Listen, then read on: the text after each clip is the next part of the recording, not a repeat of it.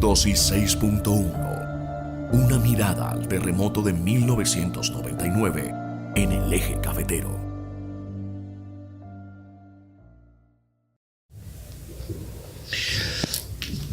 Es obvio que cuando hay una catástrofe como la que se dio, rompe con todas las normas desde la normalidad. Cuando ocurre este sismo, lo primero que uno piensa es en uno y su familia.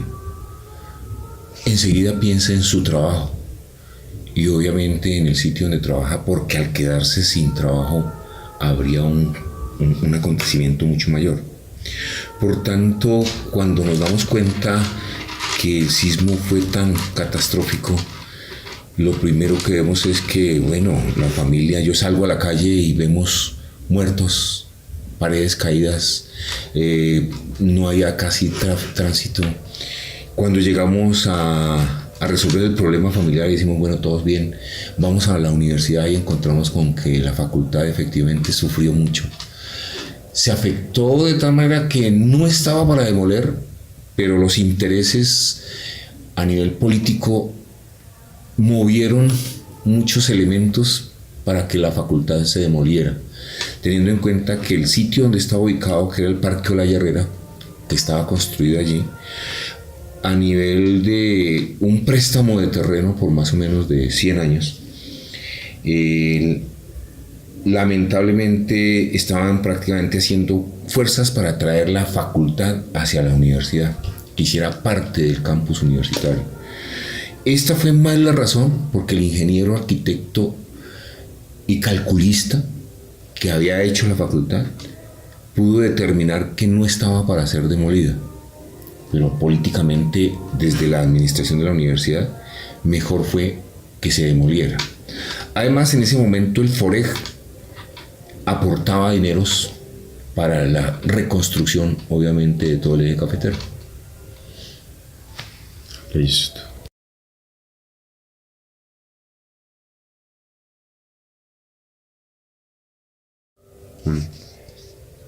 La facultad tuvo básicamente un percance grande que fue por el lado de música. Música tenía pianos, por ejemplo, que son de valor alto. Tenía todo el instrumental, contrabajos, tubas, fagotes, etcétera, etcétera. Y obviamente hay salones de estudio que era en una buena cantidad.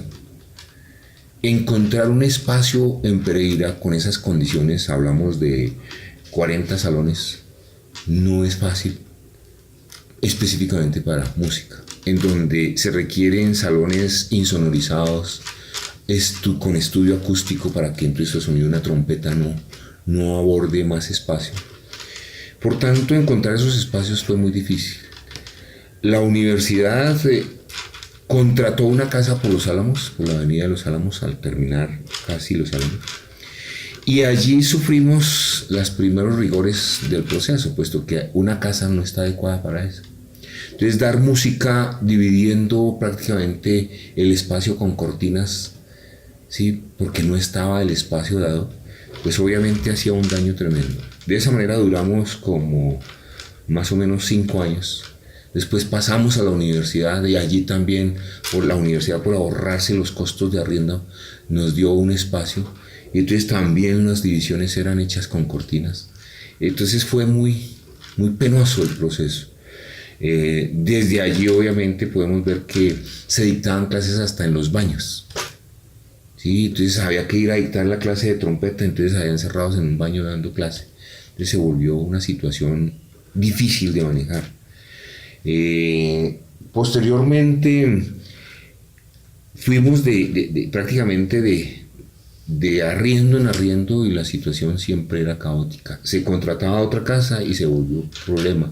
Después se abrió lo que era el L, lo que es hoy el L, que ya es un edificio con mejores garantías académicas, y prestaron algunos salones, pero también el ruido que nosotros producimos le molestaba a los profesores de matemáticas, de física o de cualquiera de las otras áreas, y eso llevó a una implicación académica de un bajo nivel tremendo. Entonces, estoy hablando desde el área de la música y obviamente porque una clase de música se dicta con uno o dos instrumentos, o dos si es de instrumento, con 4 si es que es un semigrupo, o con 15 o 20 si es una clase grupal. Para las artes plásticas así era más fácil porque podía trabajar hasta en áreas libres para hacer dibujo, pintura o cualquier otro tipo de espacios. Entonces no fue tan complicado. El área artística no manejaba esculturas en sí mismas, ¿sí? Por tanto las pérdidas no fueron mayores. Sin embargo, causó un traumatismo. Debieron conseguirse espacios también arrendados para ese tipo de procesos. La universidad en ese momento recibía estudiantes anualmente, tanto en música como en artes plásticas. O sea que para artes plásticas solo había un promedio de 6, 8 grupos, mientras que en música era más riguroso el proceso.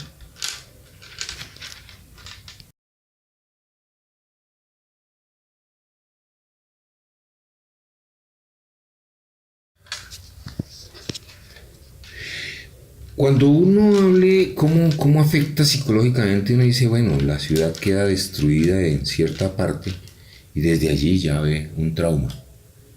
Cuando usted ve que su casa quedó destruida, afecta tremendamente. Y cuando ve que su lugar de trabajo, que es de donde comemos, queda afectada, pues obviamente psicológicamente uno queda derrumbado. Además, con un agravante. A las artes, normalmente la política no le aporta recursos. Y entonces la facultad fue construida bajo un apoyo de una pionera de la facultad, se llama María Teresa Salazar de la Cuesta. Ella tenía vínculos políticos, viajaba a Bogotá y conocía a políticos. Muchos de ellos dirigieron recursos de 2.000 millones, de 1.000 millones, de 500 millones para poder reconstruir la facultad. Antes de la facultad de estar en el Parque Olaya, estábamos pagando arriendos también en casas. La facultad nace como el Instituto de Bellas Artes de la universidad. En casas alquiladas estuvimos en el Parque El Lago, en un arrendamiento de donde están los sacerdotes.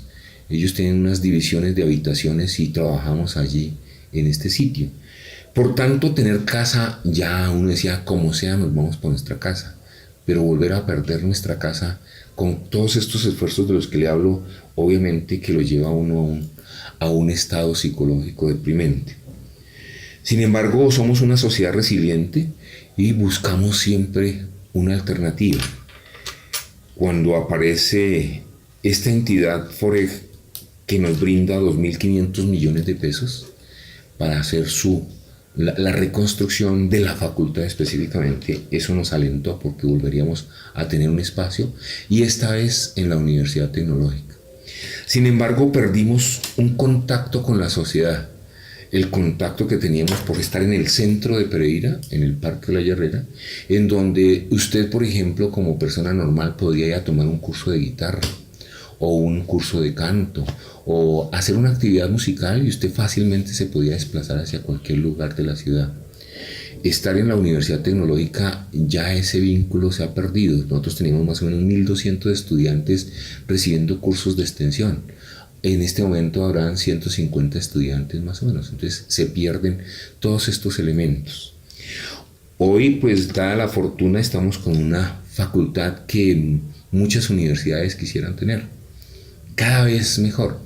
Si se pasa por el primer piso va a haber más o menos 9 cubículos de estudio nuevos, excelentes, con estudios acústicos, de insonorización, con espacios en verdad fortalecidos. Entonces creo que siempre esa resiliencia de la que estamos hablando pues nos permite pensar en que algún día estaremos mejor, y hoy estamos mejor, de verdad que sí.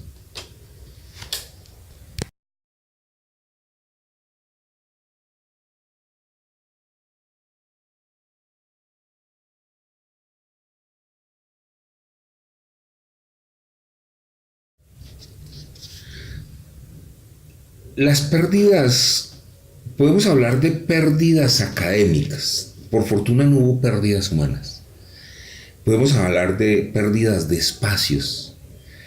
No podemos hablar de pérdidas estructuralmente de obras de arte porque no habían obras de arte en la facultad como obras de arte. Las obras que se hacen son de tipo estudio y cada estudiante se lleva su obra. Algunas obras eran pintadas en las paredes, pero son de ejercicios de clase. Por tanto, desde la parte artística no hubo mayor pérdida, ¿sí? Se perdió el espacio, que lo que digo es el espacio con el cual contábamos. En la parte musical no se perdieron instrumentos. Los instrumentos se dañan un poco al tener que llevarlos hacia otro sitio. Entonces un piano se desafina con solo trasladarlo de un sitio a otro. El problema era encontrar los espacios suficientes y mínimos. Mínimos en espacio para dos estudiantes, para un estudiante estudiar. Entonces, cuando eso ocurre, lamentablemente los estudiantes que tenían a la universidad como sitio de estudio deben desplazarse hacia sus casas a estudiar. Entonces, un estudiante que no tiene contrabajo, que es un instrumento de los grandes de cuerdas sinfónicas, y que la universidad le brinda el espacio para estudiar, no tenía dónde estudiar. Un estudiante que en su línea es el piano y no tenía en su casa piano y la universidad le brinda los instrumentos, pues no tiene dónde estudiar porque están dedicados para dar clase únicamente. O sale de esa clase y entra a otra. O sea que las pérdidas son académicas. Entonces hay un bajonazo académico que es el que más llama la atención en ese proceso. Fueron 5 años donde el nivel prácticamente es decadente, pero que se logra restablecer con otro proceso, es la exigencia hacia el estudiante del instrumento. O sea que si usted quiere estudiar trompeta, debe comprar su trompeta. Eso cuesta. Sin embargo, los estudiantes empiezan a buscar alternativas. Entonces venden empanadas, hacen alcancías y comienzan a buscar alternativas para tener su propio instrumento. Entonces hay ganancias desde allí. ¿Cómo se resuelve el problema en ese momento? Nada, hay que buscar para dónde irnos. Y bueno, encontramos espacios de alguna manera alquilados con sobrecostos para la universidad, pero que ya es una alternativa. No se interrumpió la academia, por fortuna. La universidad buscó esa otra alternativa, casas arrendadas, 2, 3 casas, y solucionamos el problema de esa manera.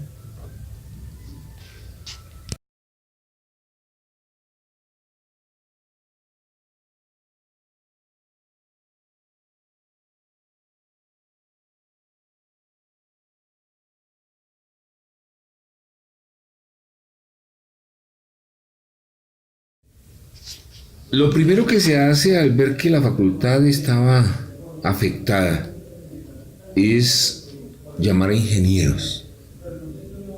Y lo hace precisamente María Teresa. Y se conecta con quien hizo los planos, que además los donó. Dona los planos porque era un gomoso del arte. Y lo que hace es evaluar, incluso con recursos propios, el estado de la facultad. Y él dice, a la facultad no le pasa nada estructuralmente. Entonces, desde allí hay una primera versión, es que, bueno, supuestamente se dañó la facultad. Pero viene el analista, el calculista y dice, no ha pasado nada. Eso es mampostería, o sea, son muros que se pueden reconstruir. Lo segundo que hace la universidad es, bajo sus intereses particulares, es acabemos con la facultad, digamos que eso no sirve, que eso no es. Y de hecho nunca volvimos a la facultad. Después del terremoto no se volvió a la facultad, solo entraron los trabajadores a sacar los instrumentos, a sacar los elementos básicos, cierto, de oficina, etcétera, etcétera. Pero ni estudiantes ni profesores no permitieron llegar a la facultad. Eso ya muestra los intereses, cierto, particulares.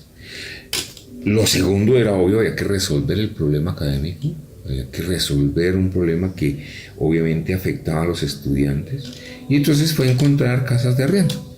Eso es básicamente el historial. Después ya viene la demolición, entonces quedó afectada, ya no tenemos facultad. Hoy por hoy vuelven a construir ahí algo. Yo vi que estaban construyendo, creo que era Telecable. el telecable, efectivamente. incluso yo creo que le va a salir muy costoso al pobre ciudadano que recibió eso, porque eso tiene, la demolición está ya metida y unas bases que eran muy grandes y tendrá que romper mucho. Bueno, ese es otro paseo.